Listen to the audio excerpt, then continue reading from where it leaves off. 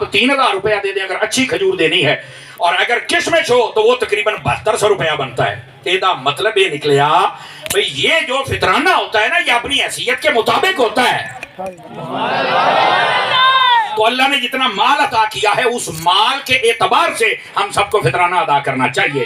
اللہ کی راہ میں دینا ہوتا ہے تو ہم ایک فطرانہ یقین اللہ تے کرو اسی نا مولوی نو پڑھنے پا چھڈی دا.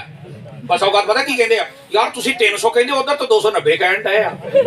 اللہ دیا بندیا کنے لاکھ ڈالر نے جڑے گھٹ دے پے نے تے تینوں بچت ہوندی پئی ہے جاندی کر یارا. نہیں توجہ فرما رہے انہوں نے 290 آکھیا تسی علامہ صاحب 300 روپیہ آکھی جاندے. اللہ دیا بندیا جے 10 ود چل گئے تے خیر ہے کچھ نہیں ہون لگا. تو فطرانہ اپنی حیثیت کے مطابق ادا فرمایا کرے.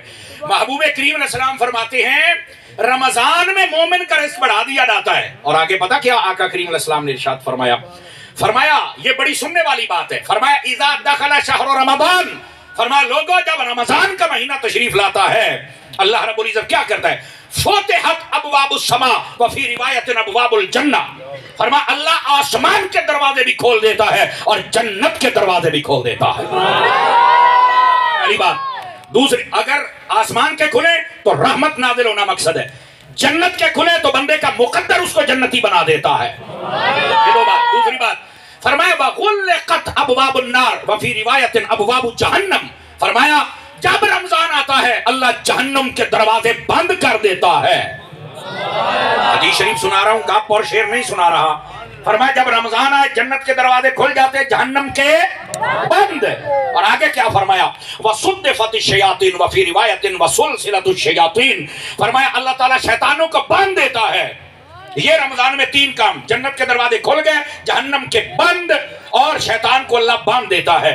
مین پرابلم یہ ہوتا ہے کہ بندے کو گناہ کروانے والا شیطان ہے. جب اسی کو باندھ دیا جاتا ہے تو پھر نیکیاں تو زیادہ ہوں گی نا. یہی وجہ ہے آج آپ اپنے مسجد کے نمازیوں کی تعداد دیکھ لیں, یہاں آپ کو 150 نظر آئے گی, لیکن کل جو ہی رمضان دا چاند نظر ہونا 250 بندہ 300 بندہ دیس پہ. کیوں وہ بچ گیا جے نہیں توجہ فرما رہے آپ میں دیسی بندہ اس واسطے میں کہا وہ بچ گیا جے. لیکن ایک گل چھوٹی جی میں ہور بھی کر لواں غصہ نہ کریا جے. تو پتہ میں دیسی بندہ تے گلاں میں سیدھیاں کرنا تے کئیاں نوں پھر سیدھیاں چنگیاں نہیں لگدیاں, لیکن بعد کہندے ہے کھرا گل ٹھیک ہی کردا ہے. گھر منہ تے جاندا کیوں سیالوی صاحب صرف اینا میرا قصور ہے. او بھائیا گل پتہ کی ہے ہن شیطان تے بچ گیا ہے, لیکن اے باوجود کھجوراں دا ریٹ قابو نہیں آن ڈیا. سیب 7-800 روپے کلو, کیلا 1000 ٹپ جاندا ہے. نہیں توجہ فرما رہے اے سٹرابری 1500 تو تھلے نہیں پئی ہوندی. ایداں نہ بھائیاں نے توجہ اے دی وجہ کی ہے آخر انہوں نے کیوں مہنگائی کر دی ہے. میں کہا شیطان استاد بچ گیا ہے, شاگرد ڈیوٹی تے کھلوتے ہیں نا. یقین کیجیے ادھر دیکھیے میری طرف, یہ میں نے اس لیے بات کہی تاکہ آپ سمجھے تھوڑا سا پیار سے بات. آپ نے سودا بیچنا ہے نا, آپ مہربانی فرمائیں آقا کریم علیہ السلام کی امت پر رحمت اور شفقت یہ پہلو اپنے ذہن میں رکھیں. پورا سورہ منافع رکھ کے بیچیا کرو, اللہ بڑیاں برکتاں دے گا. ہاں یہ نہیں کہنا کہ میں 400 روپیہ کلو پیچھے بچانا ہی بچانا جو مرضی ہوئے. ایدہ نہ کر یار, مہربانی کر. مومن نے تے کھانا ہی کھانا ہوندا ہے, لیکن سانو چاہیے ایسی آسانی پیدا کریے. کپڑے والے, جوتے والے, فروٹ والے, کھجور والے سارے اگر حضور کی امت پہ شفقت کا اگر ارادہ کر لے نا تو انشاءاللہ خیر ہی خیر تے برکت ہی برکت ہو جائے گی. تے جدو تسی بھاجی ایدہ نہیں نہ کر دے پھر مریم بی بی بھی کہی ہے چکو اپنی ریڑیاں دوڑ جاؤ نمیاں بنوا, ایتھے نہیں لاؤنیاں اوتھے لاؤ. میں کہا ہن سواد آیا ہی پھر دیکھ لا جنہ تو قوم نو لٹیا نا سائیں. او بھائی صاحب کتاب جرب تقسیم کر کل ہوتے ہی آ. اس واسطے حضور کی امت پہ شفقت کرے سارے تاجر مدینہ مدینہ ہو جائے گا. محسوس تو نہیں کیا کر لو تھوڑا زیادہ نہیں ہے, ہلکا جائے بڑا ضروری ہے. ناراض نہ ہونا. یہ ہم جب کلاس میں پڑھتے تھے نا تو ہمارے استاد صاحب کبھی بات کر گئے, میں اگلی گل تو نہیں کی تھی, میں تو تفنن تباہ واسطے سنا رہا ہوں. وہ ایک دن نہ بڑے ساریاں گلاں باتاں سمجھائیاں طلباء نوں, کہنے لگے اوے محسوس تو نہیں کیتا ساڈے استاداں دا طریقہ ہی بڑا پیارا سی یار.